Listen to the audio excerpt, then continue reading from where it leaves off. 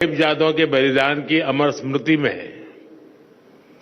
वीर बाल दिवस मनाने की शुरुआत की थी। अब ये दिन करोड़ों देशवासियों के लिए, पूरे देश के लिए राष्ट्रीय प्रेरणा का पर्व बना है। इस दिन ने भारत के कितने ही बच्चों और युवाओं को अदम्य साहस से भरने का काम किया है। आज देश के 17 बच्चों को वीरता, इनोवेशन, साइंस और टेक्नोलॉजी, स्पोर्ट्स और आर्टिस्ट जैसे क्षेत्रों में सम्मानित किया गया है। इन सब ने दिखाया है कि भारत के बच्चे, भारत के युवा क्या कुछ करने की क्षमता रखते हैं। मैं इस अवसर पर हमारे गुरुओं के चरणों में, वीर साहबजादों के चरणों में श्रद्धापूर्वक नमन करता हूं। मैं अवार्ड जीतने वाले सभी बच्चों को भी बधाई देता हूं, उनके परिवारजनों को भी बधाई देता हूं और उन्हें देश की तरफ से शुभकामनाएं देता हूं। साथियों, आज आप सभी से बात करते हुए मैं उन परिस्थितियों को भी याद करूंगा जब वीर साहबजादों ने अपना बलिदान दिया था। ये आज की युवा पीढ़ी के लिए भी जानना उतना ही जरूरी है और इसलिए उन घटनाओं को बार बार याद किया जाना ये भी जरूरी है। 325 साल पहले के वो हालात, 26 दिसंबर का वो दिन जब छोटी सी उम्र में हमारे साहबजादों ने अपने प्राणों की आहुति दे दी। साहिबजादा जोरावर सिंह और साहिबजादा फतेह सिंह की आयु कम थी, लेकिन उनका हौसला आसमान से भी ऊंचा था।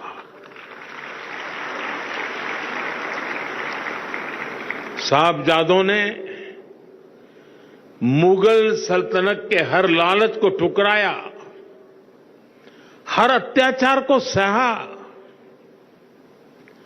जब वजीर खान ने उन्हें दीवार में चुनवाने का आदेश दिया तो साहबजादों ने उसे पूरी वीरता से स्वीकार किया। साहबजादों ने उन्हें गुरु अर्जन देव, गुरु तेग बहादुर और गुरु गोविंद सिंह की वीरता याद दिलाई। ये वीरता हमारी आस्था का आत्मबल था। साहिबजादों ने प्राण देना स्वीकार किया, लेकिन आस्था के पथ से वो कभी विचलित नहीं हुए। वीर बाल दिवस का ये दिन हमें ये सिखाता है कि चाहे कितनी भी विकट स्थितियां आए,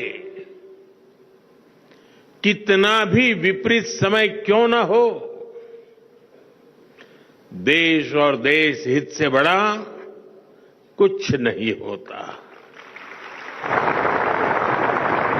इसलिए देश के लिए किया गया हर काम वीरता है।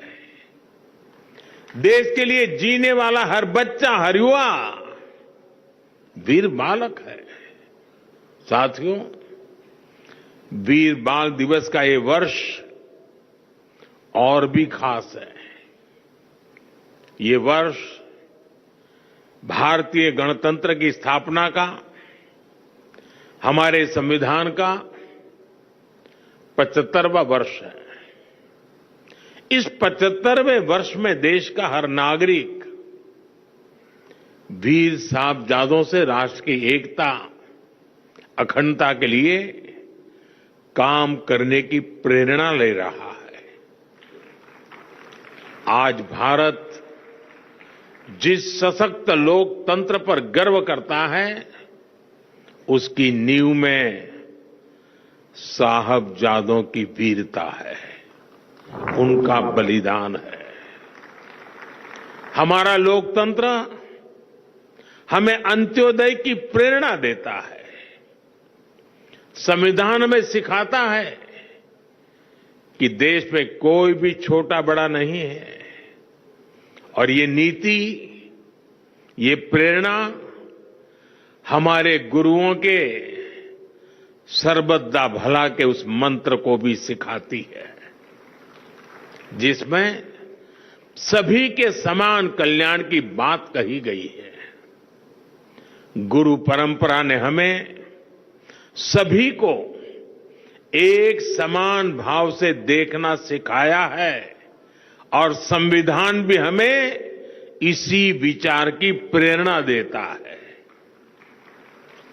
वीर साहिबजादों का जीवन हमें देश की अखंडता और विचारों से कोई समझौता ना करने की सीख देता है, और संविधान भी हमें भारत की प्रभुता और अखंडता को सर्वोपरि रखने का सिद्धांत देता है।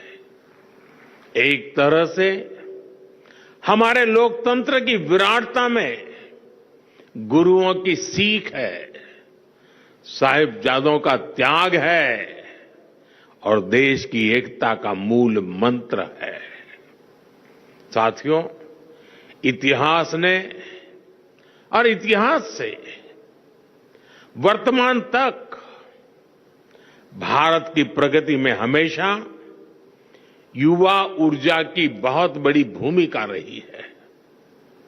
आजादी की लड़ाई से लेकर के 21वीं सदी के जन आंदोलनों तक भारत के युवा ने हर क्रांति में अपना योगदान दिया है।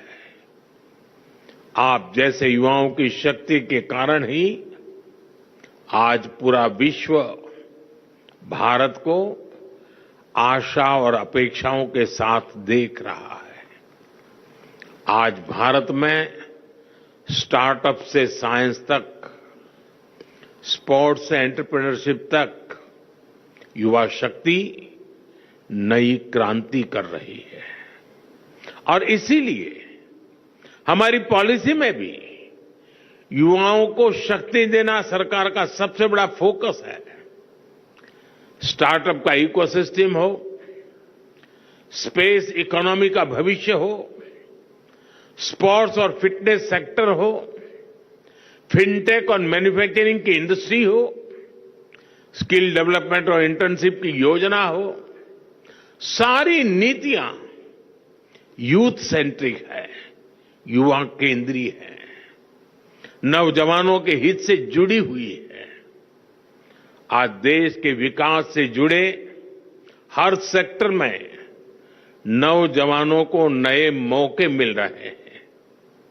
उनकी प्रतिभा को, उनके आत्मबल को सरकार का साथ मिल रहा है।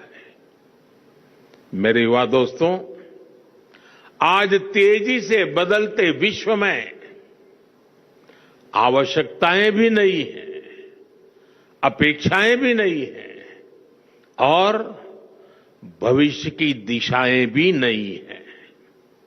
ये युग अब मशीनों से आगे बढ़कर मशीन लर्निंग की दिशा में बढ़ चुका है। सामान्य सॉफ्टवेयर की जगह एआई का उपयोग बढ़ रहा है। हम हर फील्ड में नए चेंजेस और नए चैलेंजेस को महसूस कर सकते हैं। इसलिए हमें हमारे युवाओं को फ्यूचरिस्टिक बनाना होगा। आप देख रहे हैं देश ने इसकी तैयारी कितनी पहले से शुरू कर दी है। हम नई राष्ट्रीय शिक्षा नीति, नेशनल एजुकेशन पॉलिसी लाए। हमने शिक्षा को आधुनिक कलेवर में ढाला, उसे खुला आसमान बनाया। हमारे युवा केवल किताबी ज्ञान तक सीमित न रहें, इसके लिए कई प्रयास किए जा रहे हैं। छोटे बच्चों को इनोवेटिव बनाने के लिए देश में 10,000 से ज्यादा अटल टिंकरिंग लैब शुरू की गई है। हमारे युवाओं को पढ़ाई के साथ साथ अलग अलग क्षेत्रों में व्यावहारिक अवसर मिले, युवाओं में समाज के प्रति अपने दायित्वों को निभाने की भावना बढ़े, इसके लिए मेरा युवा भारत अभियान शुरू किया गया है। भाइयों बहनों, आज देश की एक और बड़ी प्राथमिकता है फिट रहना। देश का युवा स्वस्थ होगा तभी देश सक्षम बनेगा। इसलिए हम फिट इंडिया और खेलो इंडिया जैसे मूवमेंट चला रहे हैं। इन सभी से देश की युवा पीढ़ी में फिटनेस के प्रति जागरूकता बढ़ रही है। एक स्वस्थ युवा पीढ़ी ही स्वस्थ भारत का निर्माण करेगी। इसी सोच के साथ आज सुपोषित ग्राम पंचायत अभियान की शुरुआत की जा रही है। ये अभियान पूरी तरह से जन भागीदारी से आगे बढ़ेगा। कुपोषण मुक्त भारत के लिए ग्राम पंचायतों के बीच एक हेल्दी कंपटीशन, एक तंदुरुस्त स्पर्धा हो। सुपोषित ग्राम पंचायत विकसित भारत का आधार बने, ये हमारा लक्ष्य है। साथियों, वीर बाल दिवस हमें प्रेरणाओं से भरता है और नए संकल्पों के लिए प्रेरित करता है। मैंने लाल किले से कहा है, अब बेस्ट ही हमारा स्टैंडर्ड होना चाहिए। मैं अपनी युवा शक्ति से कहूंगा कि वो जिस सेक्टर में हो उसे बेस्ट बनाने के लिए काम करें। अगर हम इंफ्रास्ट्रक्चर पर काम करें तो ऐसे करें कि हमारी सड़कें, हमारा रेल नेटवर्क, हमारा एयरपोर्ट इंफ्रास्ट्रक्चर दुनिया में बेस्ट हो। अगर हम मैन्युफैक्चरिंग पर काम करें तो ऐसे करें कि हमारे सेमीकंडक्टर, हमारे इलेक्ट्रॉनिक्स, हमारे ऑटो व्हीकल दुनिया में बेस्ट हो। अगर हम टूरिज्म में काम करें तो ऐसे करें कि हमारे टूरिज्म डेस्टिनेशन, हमारी ट्रेवल एमेनिटी, हमारी हॉस्पिटैलिटी दुनिया में बेस्ट हो। अगर हम स्पेस सेक्टर में काम करें तो ऐसे करें कि हमारी सैटेलाइट्स, हमारी नेविगेशन टेक्नोलॉजी, हमारी एस्ट्रोनॉमी रिसर्च दुनिया में बेस्ट हो। इतने बड़े लक्ष्य तय करने के लिए जो मनोबल चाहिए होता है, उसकी प्रेरणा भी हमें वीर साहबजादों से ही मिलती है। अब बड़े लक्ष्य ही हमारे संकल्प है। देश को अपनी क्षमता पर पूरा भरोसा है। मैं जानता हूं भारत को जो युवा दुनिया की सबसे बड़ी कंपनियों की कमाल संभाल सकता है, भारत का जो युवा अपने इनोवेशन से आधुनिक विश्व को दिशा दे सकता है, जो युवा दुनिया के हर बड़े देश में, हर क्षेत्र में अपना लोहा मनवा सकता है, वो युवा जब उसे आज नए अवसर मिल रहे हैं तो वो अपने देश के लिए क्या कुछ नहीं कर सकता। इसलिए विकसित भारत का लक्ष्य सुनिश्चित है, आत्मनिर्भर भारत की सफलता सुनिश्चित है। साथियों, समय हर देश के युवा को अपने देश का भाग्य बदलने का मौका देता है। एक ऐसा कालखंड जब देश के युवा अपने साहस से, अपने सामर्थ्य से देश का कायाकल्प कर सकते हैं। देश ने आजादी की लड़ाई के समय देखा है, भारत के युवाओं ने तब विदेशी सत्ता का घमंड तोड़ दिया था। जो लक्ष्य तब के युवाओं ने तय किया, वो उसे प्राप्त करके ही रहे। अब आज के युवाओं के सामने भी विकसित भारत का लक्ष्य है। इस दशक में हमें अगले 25 वर्षों के तेज विकास की नींव रखनी है। इसलिए भारत के युवाओं को ज्यादा से ज्यादा इस समय का लाभ उठाना है। हर सेक्टर में खुद भी आगे बढ़ना है, देश को भी आगे बढ़ाना है। मैंने इसी साल लाल किले की प्राचीर से कहा है, मैं देश में 1 लाख ऐसे युवाओं को राजनीति में लाना चाहता हूं जिसके परिवार का कोई भी सक्रिय राजनीति में न रहा हो। अगले 25 साल के लिए ये शुरुआत बहुत महत्वपूर्ण है। मैं हमारे युवाओं से कहूंगा कि वो इस अभियान का हिस्सा बने ताकि देश की राजनीति में एक नवीन पीढ़ी का उदय हो। इसी सोच के साथ